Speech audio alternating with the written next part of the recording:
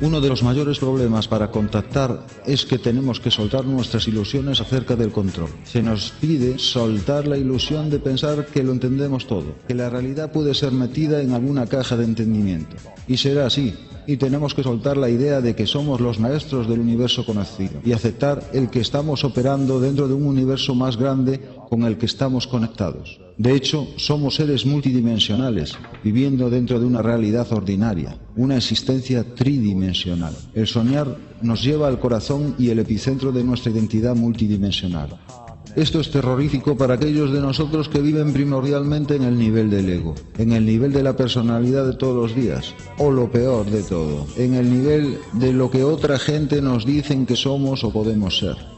Es terrorífico para el ser ordinario del estado cotidiano mental estar en la presencia de una realidad más grande que puede parecer que está arrollando la expectación y posibilidades de controlar las cosas.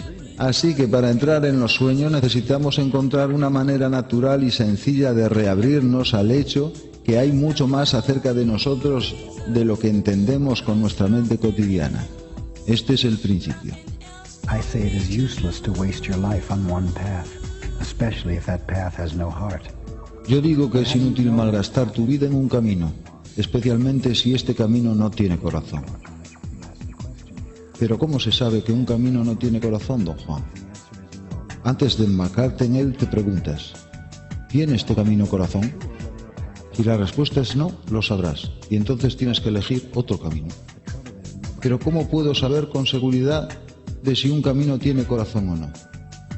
Cualquiera puede saber de esto. El problema es que nadie hace la pregunta.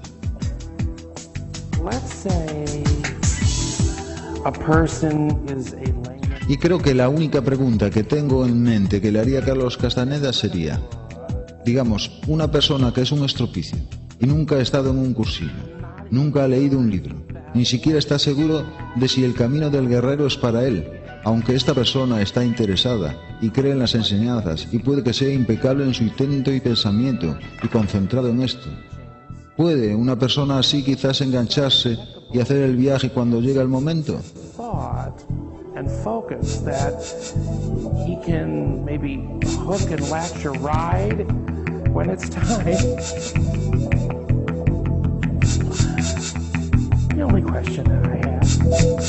Es la única pregunta que tengo. Al final se trata de mí.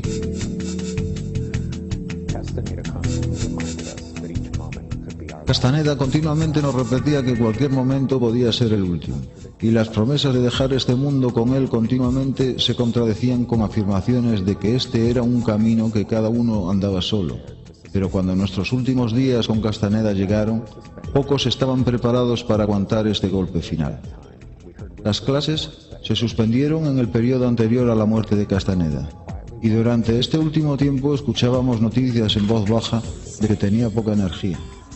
Meses pasaron en el limbo, y yo observaba callado los pocos amigos que había seguido teniendo en secreto, y me preguntaba si nuestro tiempo juntos se estaba acercando a su fin. ¿Me iba yo con el Nagual o él me estaba abandonando a mí? Para mí este es el punto donde la grieta entre el hombre y sus enseñanzas se hizo definitiva y clara. Castaneda dijo que cualquier decisión era válida en el camino del guerrero siempre y cuando estaba hecho con el conocimiento que podía significar nuestra muerte. Observar durante años la polarización entre Carlos y sus enseñanzas nos dio la confianza de aceptar mi suerte. Era hora de hacer caso a sus palabras y abrazar mi viaje solitario.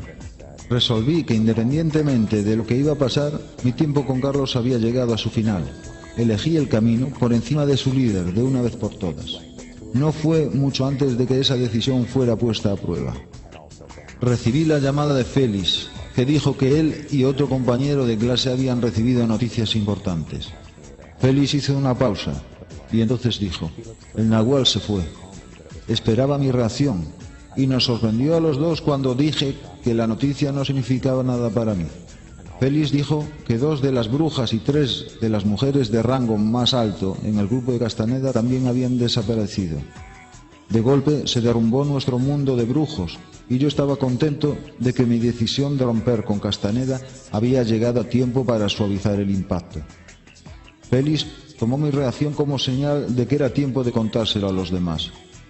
Yo estaba de acuerdo, aunque sabía que iba a causar olas de choque en nuestro pequeño enclave de brujos, y además en una generación entera de lectores también. Estaba en la CNN. El escritor Carlos Castaneda muere, o algo así. Esto fue algunas semanas más tarde de cuando muriera, de hecho. Le echo de menos, porque él siempre me sorprendía.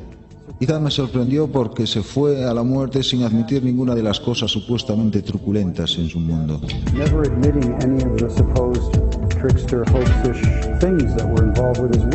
El entierro del guerrero era una técnica utilizada para equilibrar el poder personal, donde el abrazo de la tierra absorbía anomalías energéticas y luego recargaba el cuerpo con el poder de su esencia. La experiencia devolvía la energía dispersada en la vida cotidiana y llenaba de la sobriedad que se requería en el camino solitario del conocimiento. El entierro de Carlos, de hecho, fue una cremación, quizás un intento de los que tenía más cerca de cumplir con el requisito de arder con el fuego interno. Se especula que las mujeres que desaparecieron volvieron a vivir un pasaje de uno de los libros de Castaneda, tirándose a un abismo. Según los libros, el propósito del acto no sería el suicidio, sino la reunificación con el Nahual. ¿Consiguieron esas mujeres su meta y se reunieron con Carlos? ¿O eran amantes rechazadas emocionalmente lamentándose de la pérdida de su amado? Tanto si estaban cegadas por el juicio del entrenamiento de un brujo, como si lo estaban por normas sociales dogmáticas, la paradoja es la misma. Esas mujeres tuvieron una pasión por la que merecía la pena vivir y morir. Así que el Nahual ya no estaba, las brujas ya no estaban. Todo, mi casa y mi mundo acogedor de brujería se habían quitado de en medio. Y en este tiempo una vez encontré a Cory Donovan, que de hecho era un buen amigo, y él hablaba y hablaba y hablaba, sobre todas las cosas que había averiguado sobre las autenticidades y mentiras, y cosas que no eran exactamente como se nos había dicho. Y él hablaba y hablaba, y yo solo le dejaba hablar, y lo percibía con mi mente. Pero al mismo tiempo tenía presente toda mi experiencia física con esa gente, con Florinda, con el Nahual, y así tenía hechos, por un lado, pero por el otro lado, esta experiencia física tan fuerte.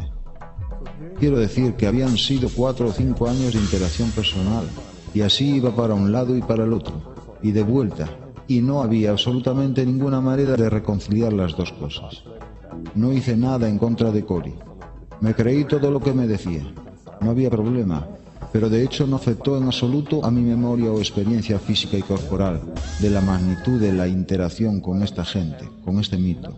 Y lo que hizo era que creó una apertura magnífica en forma de una disonancia tolerada justo ahí y ahora, con la luz de la luna en mi cara en mi viejo piso donde Corina vivía. Fue un acontecimiento de hora y media más o menos, y aquí estaba yo, la visión de conexión y apertura más grande que jamás había experimentado. Y Cory fue un instrumento. Él mantenía un lado abierto, y el otro lado era mi cuerpo energético, o mi memoria, o lo que fuera eso, y salí andando de ahí más silencioso y contento de lo que pude recordar jamás. Y a partir de ahí, no sé, una cosa seguía la otra, y en un momento dado yo vi una luz. Quiero decir, no en sentido literal, no quiero sonar demasiado a nueva era. Vi una luz y era mi propia luz. Era mi propia guía de navegación, mi faro, que había estado hasta poco antes del Nahual. Por 20 años le seguí su navegación y sus indicaciones de dirección, y ahí estaba finalmente destruido y no destruido a la vez. Y por fin volvió mi luz,